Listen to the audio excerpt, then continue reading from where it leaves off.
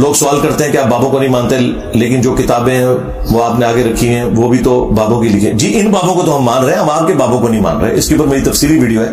پچھلے دنوں بھی جو حنیف قریشی صاحب نے محرم الحرام کے مہینے میں باب تشیع کوئی نہیں، جب بلال قطب نے بولا تھا تو میں نے اس کا جواب دیا تھا. اس پہ میرا آپ یوٹیوب پہ جا کے لکھیں انجینئر کے بابے کون. تو اس طرح تو نہ کریں، ان کے پیچھے تو نہ جا کے چھپیں. ٹھیک ہے. تراوی علی بھائی، تراوی میں بھی تو وی آتا ہے، تو آپ 20 تراویاں کیوں نہیں مانتے؟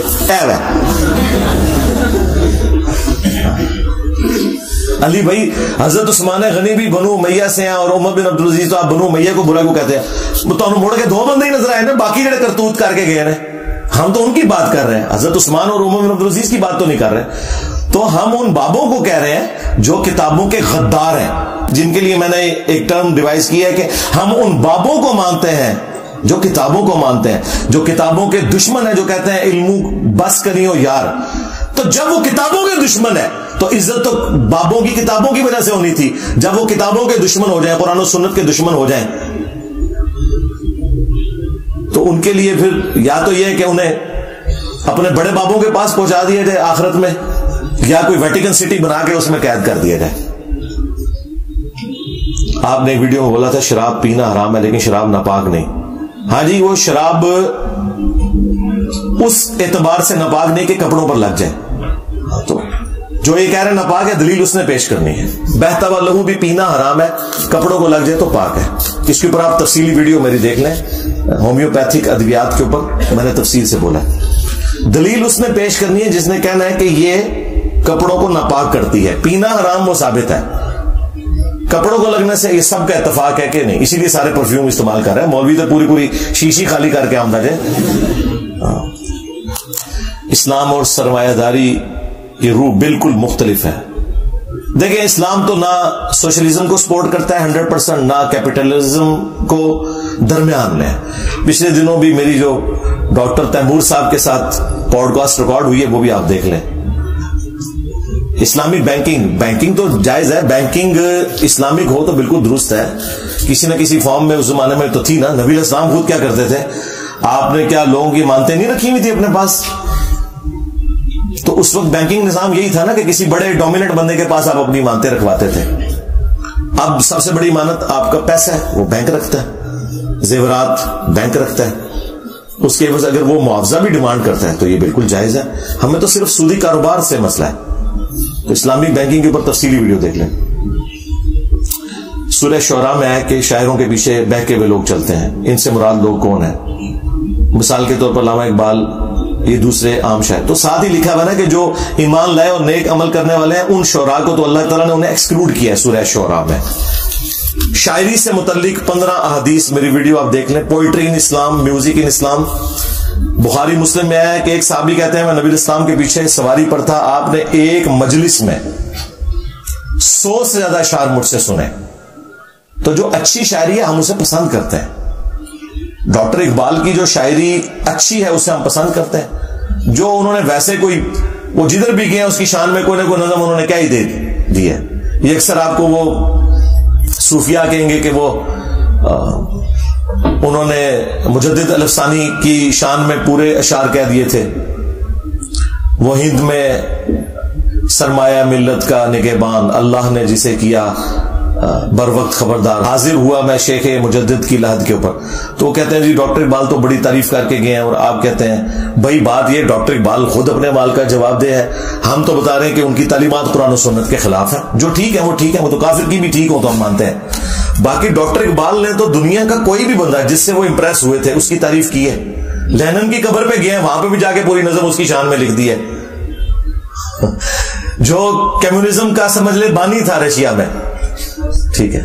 اسی طریقے سے کارل مارکس کے لیے تو انہوں نے یہ جملہ بول دیا کہ وہ پیغمبر نہیں ہے لیکن اس کے پاس کتاب ہے، ڈاس کیپیٹال. اب یہ بات کوئی ہمارے جیسا بندہ کرے تو یہ کہیں گے یہ تو کفر بول دیا. تو ڈاکٹر اقبال نے تو کہا کہ جو کارل مارکس ہے وہ پیغمبر نہیں لیکن اس کے بغل میں کتاب ہے، اور کتاب پیغمبروں کو دی جاتی ہے. وہ بغیر پیغمبری والا جو ہے کتاب رکھنے والا انسان ہے. تو وہ ہر ایک کی تعریف اس طرح کر دیتے تھے. ڈاکٹر اقبال کو زیادہ سیریس نہ لے لیا کریں، جو اس کی باتیں ٹھیک ہے بس وہی لیا کریں. آپ بس وہی پڑھا کریں کہ محمد سے وفا تو نے تو ہم تیرے ہیں. ہاں یہ جہاں چیز ہے کیا لوہو قلم دے رہے ہیں. جو یہ شعر پڑھ رہے ہوتے ہیں وہ بھی محمد کے ساتھ بے وفائی کر رہے ہوتے ہیں, جو سن رہے ہوتے ہیں وہ بھی بے وفا ہوتے ہیں, بس صرف شعر ہی پڑھ رہے ہوتے ہیں.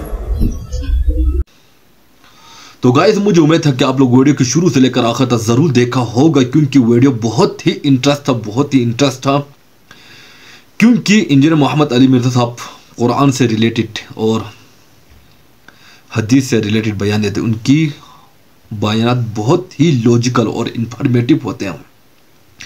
اولیاء کا مطلب ہوتے ہیں دوست ہوتے ہیں نا. اولیاء کی دو اقسام ہوتے ہیں, ایک اولیاء اللہ یعنی اللہ کا دوست, دوسرا اولیاء الشیطان شیطان کا دوست. جو ہے نا اولیاء اللہ ہمیشہ اللہ کی باتیں کرتے ہیں, انسان کو دین کی طرف راغب کر دیتے ہیں, قیامت کی جو ہے نا خوفناک واقعات کے بارے میں لوگوں کو آگاہی کرتے ہیں تاکہ لوگ کم از کم قیامت کے خوفناک واقعات سے ڈر جائیں اور دین کی طرف راغب ہو جائیں. ان کو کہتے ہیں وہ اولیاء اللہ, مختلف حکمت کی باتیں کرتے ہیں. ایک ہوتے ہیں نا یعنی یعنی میں نے کئی مزارات پہ دیکھا تھا کہ خصوصاً شیعہ اللہ کراچی کی, وہاں پر کچھ بابے ایسے تھے کہ ان کے ہاتھوں پر زنجیریں باندھے ہوئے تھے, پاؤں پر زنجیر باندھے ہوئے تھے. جب وہ لوگ اس سیڑھی سے مطلب ان کے آنا جانا ہوتے نا, لوگ ان کو جھک کر سلام کر دیتے تھے. یہ کس طرح کے اولیاء ہے یار؟ یہ ہمارے مس انڈرسٹینڈ ہیں. ہمیں ان جیسے اولیاؤں کی طرف جانے سے بہتر ہے دین کی طرف آ جاؤ. قرآن اور حدیث سے ہمیں بخشش طلب کرنے کی ضرورت ہے. قرآن اور حدیث سے ہمیں دعائیں تلاش کرنے کی ضرورت ہوتے ہیں. قرآن اور حدیث سے ہمیں جو نا ہمارے جو دینی دنیائی مسائل ہوتے ہیں ان کو حل کرنے کی کوشش کرنا چاہیے, نہ کہ ان بابوں کی جو نہ دین کا پتہ ہوتے ہیں نہ دنیا کے پتہ ہوتے ہیں. ایک دن ایک بابا میرے پاس آیا, ایک موقع میں سناتا ہوں. تو میں نے وہ اللہ کے نام پہ فلان کے نام فلسطان کے نام پر فلان بابے کے نام پر فلان فلسطان کے نام پر مجھے مطلب پیسہ دے دو, میں آپ کے ہاں میں دعا کرتا ہوں. میں نے کہا بھائی کلمہ تو سناؤ. اس کو کلمہ بھی یاد نہیں تھا, اس کو کلمہ بھی آتا نہیں تھا. پھر میں نے اس کو کہا آج کم آیت الکرسی تو پڑھو, اس کو وہ بھی نہیں آتا تھا. پھر میں نے اس کو کم از کم سورہ فاتحہ تو پڑھ لے, میں آپ کو 1000 روپے دیتا ہوں. اس کو وہ بھی نہیں آتا تھا. میں نے کہا بھاگ جا یہاں سے, دفع ہو جا. وہ قسم وہ بابا مجھے گالی دیتے ہوئے چلے گئے آگے.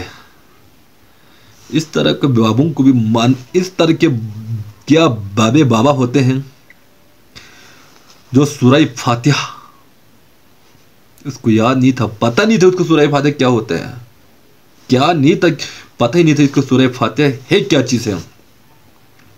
ارے خدا را ان بابوں سے کم از کم بچ جاؤ. جو دین کی باتیں کرتے ہیں وہی ہمارا بابا ہے, جو قیامت کی باتیں کرتے ہیں, جو حبیب کی باتیں کرتے ہیں, جو اہل بیت کی باتیں کرتے ہیں وہی ہمارا بابا ہے. جو قرآن کی باتیں کرتے ہیں, حدیث کی باتیں کرتے ہیں وہی ہمارا بابا ہے. ان کو فالو کرنا چاہیے. انشاءاللہ اس طرح کے انفارمیٹیو ویڈیوز کے ساتھ آپ لوگوں کی خدمت میں حاضر ہوتے رہیں گے. اللہ نگہبان.